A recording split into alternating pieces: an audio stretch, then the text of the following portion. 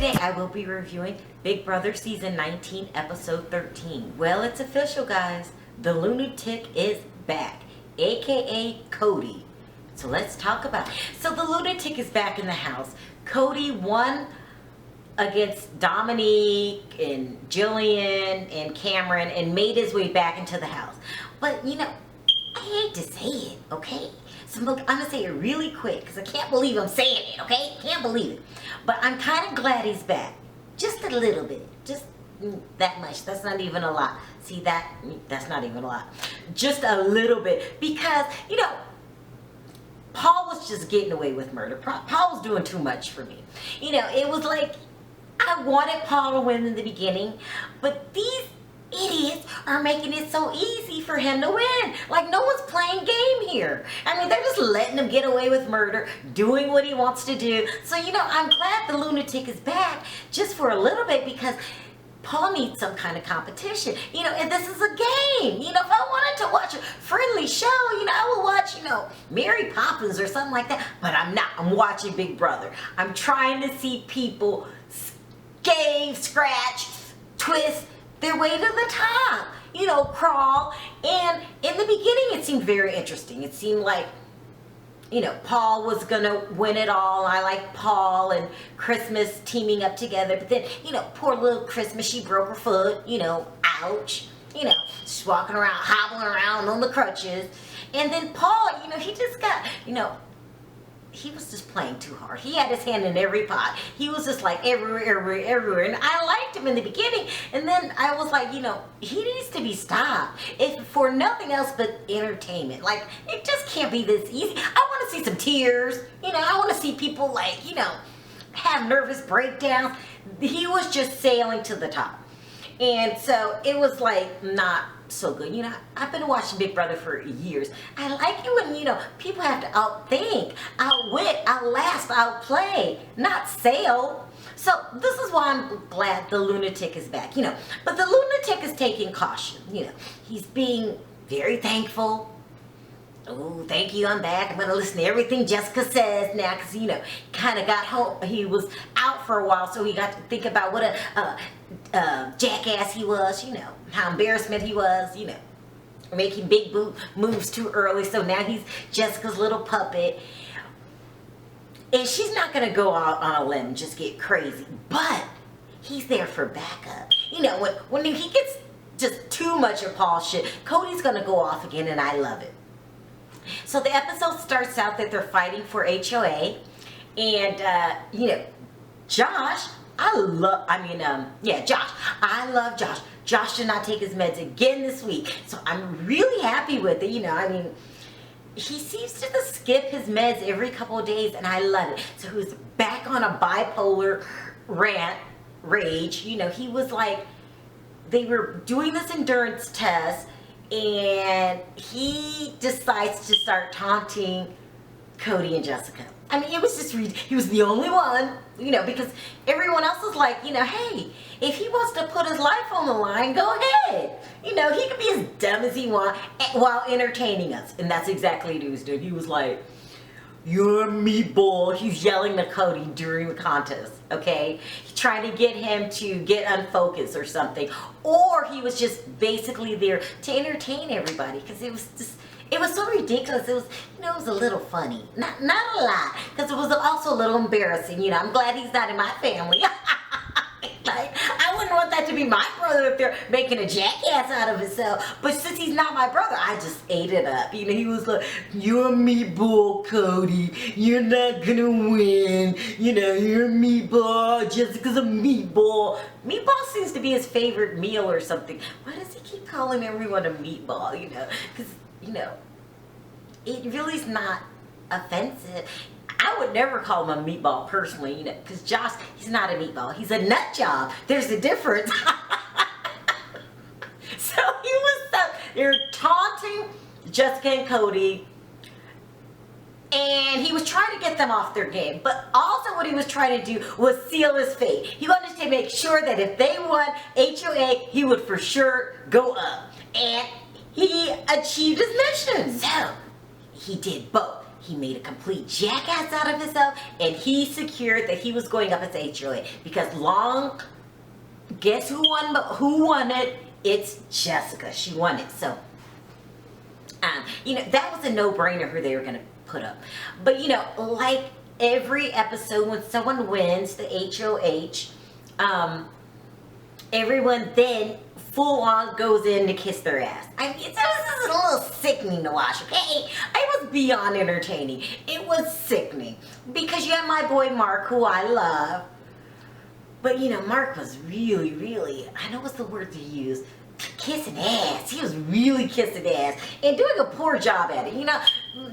Mark, I love you. You're a great guy. You're just not a good ass kisser. You probably would have been better off just saying sorry. You probably would have been better off saying sorry. But instead, you tried to pour it on thick, saying that this feels right. We're like we were in the beginning. It was me and you. You're just pouring it on way too thick. And you didn't have to pour it on that thick because Josh already sealed his spot, the whole meatball thing. And, as long as he was talking to you, I don't think he would have put you back up. But, you decided to go on a limb and really kiss ass hardcore, level 10 kiss ass. I would have gave a level 2 or 3 kiss ass, but you went in with a level 10, to each his own. At least you sealed your spot. Just everyone I can think of start apologizing to him. There was, Silver Fox. I can't think of his name. Redhead guy. I mean, the 28-year-old with gray hair creeps me out. Everyone started apologizing. Everybody started coming back wondering, well, we didn't mean anything. They didn't show Alex apologizing. I don't think that's in her DNA. Alex has this little button in her head. She doesn't kiss ass and she doesn't fake.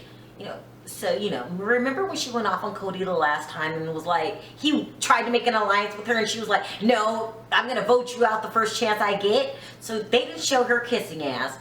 And they didn't show Ramsey's kissing ass either. But everybody else, they were on the kiss ass trail, including one leg hop along Christmas. She goes in the room, with her one leg, and she was like, you did really good. She's talking to Jessica, and Jessica was like, well, I'm going to keep my promise to you. You're saying, listen, Christmas is no longer a threat to anybody in the house. I mean, you could take your worst player, Ramses. He could beat Jessica. Jessica, I love you. You're great. You're a strong woman. Blase, blase. But you need to go home. Like, when are you going home? If I see your ass hopping around that house one more day, I'm probably going to scream like Big Brother. She needs to go home. No offense. I still love you. But, I'm just going to love you from your couch. I'm just hoping you go home. Pretty soon. So Jessica figures, since she has the power, she wants to not make Cody's same mistakes, how he was a total jackass, and not tell people who he was putting up and whatnot. She tried to be an open book. She tried to be honest. She tried to repair relationships while not trusting everybody, which is good because, you can't, they just tried to get you out, like not even a week ago, 3 days ago. And so you can't trust anything these people say. So I love your approach. I just don't think your approach is going to last. I think there's a little tick bomb in Cody's head. And so, when enough is enough, he's going to go off again. So he made a fake truce with Paul. Like, we're better off together than, going at each other, which is probably true, But they both don't trust each other. They will never trust each other. So these two are going head to head, and this is why I'm glad Cody's back at the house. Because he's going to do everything in his power to get Paul, and Paul's going to do everything in his power to get Cody. Now I have a game here, people. This is a real show. I thought I was watching Mary Poppins show or The Love Connection. But now we're back to Big Brother. I mean, two rivals, both equally strong. Now it's like, may the best man win. Because, while Cody's has a little jackass, tendencies, he's a strong player. And now that he learned his lesson, he might be an even stronger player. And then Paul will always have his social game. So this is gonna be good. It's the battle of the two strong men in the house. We'll see who wins. I don't know. You know, I still think Paul's gonna go all the way to the end, but Cody's a serious threat. We finally got a good game going here. Paul and Cody will always be going head to head. Like not one of them trusts each other. It's going to be a good game. So Jessica ends up putting up on the block Josh and Ramsey's. And it was hysterical because after they made the announcements, you know how they get up, they play the music, they walk off, they go to the diary room, they show clips of people talking. Josh was crying. Okay, let me see if I can get it right. I'm ready to go home yet. Cause you didn't have that deep voice. He's crying.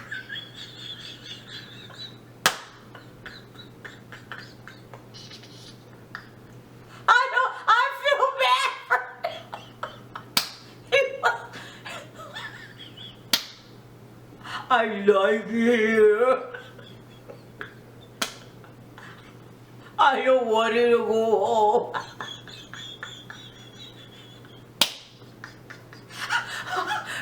It's kind of fun. I'm not laughing at you, Josh. It's just funny how you were just talking so much trash at the beginning.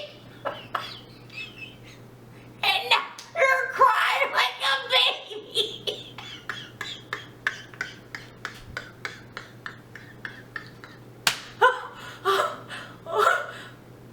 Oh, I mean, you can take yourself off the block and they might just backdoor Paul. You never know. So don't cry. Listen, I love Josh for my entertainment. Listen, I'll be there next episode to see what happens next. So thanks for watching. See you next time. Bye.